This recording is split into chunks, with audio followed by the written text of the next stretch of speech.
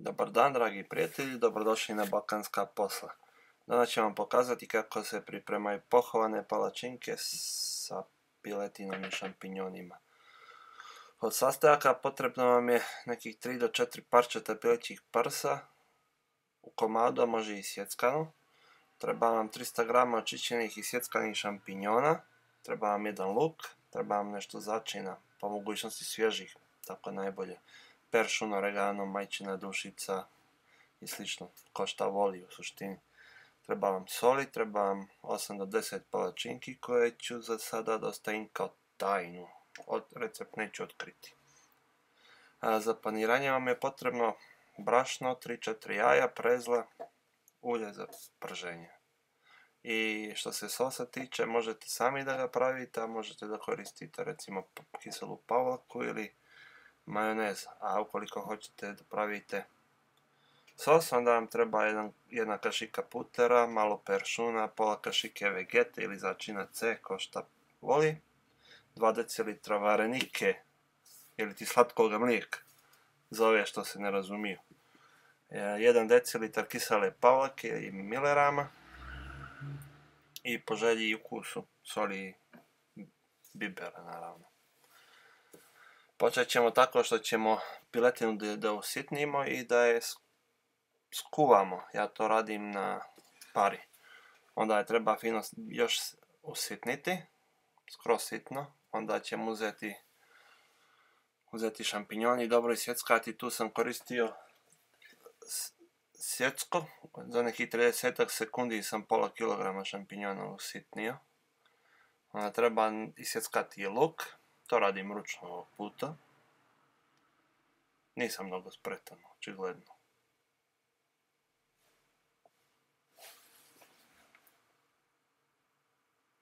I to će biti flavor shaker od Jamie Olivera koji ja volim da koristim. Tu sam dodao peršun i oregano i malo maslinovog ulja. I ubačio sam kuglu koja je sastavni dio aparata. I onda idemo po starom se mućkanje. Ne treba dugo. Poslije par sekundi to je rezultat. Sve počinjemo tako što ćemo ulje da propržimo, koliko da promijeni boju, malo na vrućem ulju.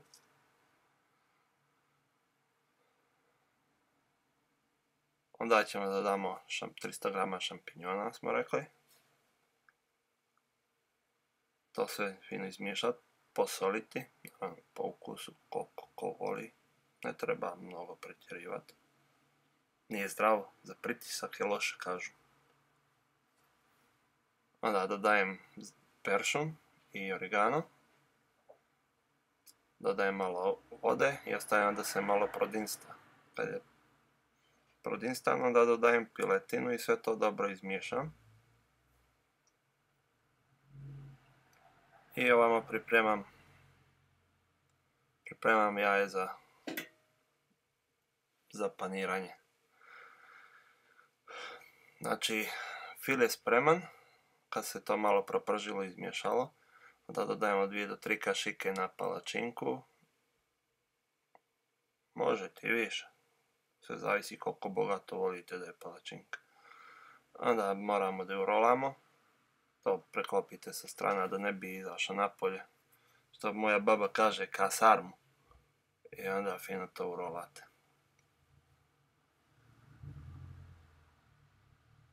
Trebalo bi izgleda nešto poput toga. Nisam baš najspretniji, ali eto. Onda ćemo da je urolamo u brašno. Treba je dobro sa svih strana pokriti sa brašnom, da se ne bi kasnije otvarale. Isto tako u jaje. I na kraju u prezlu sa svih strana. To možete doraditi 2 puta ukoliko hoćete da je malo jača korica, hrskavija, mada ja to radim jednom sasvim dovoljno, nije baš najzdravije. To je tako kako izgledaju gotove i onda ih pržimo u vrućem ulju. Ja volim malo više ulja, stavim maltene kao u fritezu da bude. Ne treba mu dugo, nekih 5-6 minuta s jedne strane i s druge da dobije finu crvenkasto brown boju. Kad je to gotovo, treba je staviti na papir da bi se ocidilo višak ulja.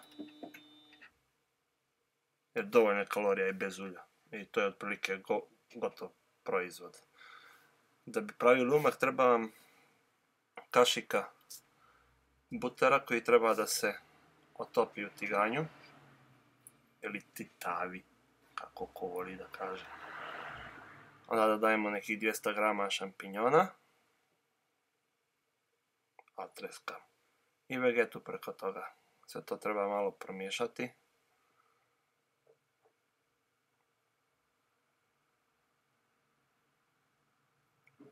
Pustiti ga malo da šampinjoni omekšaju.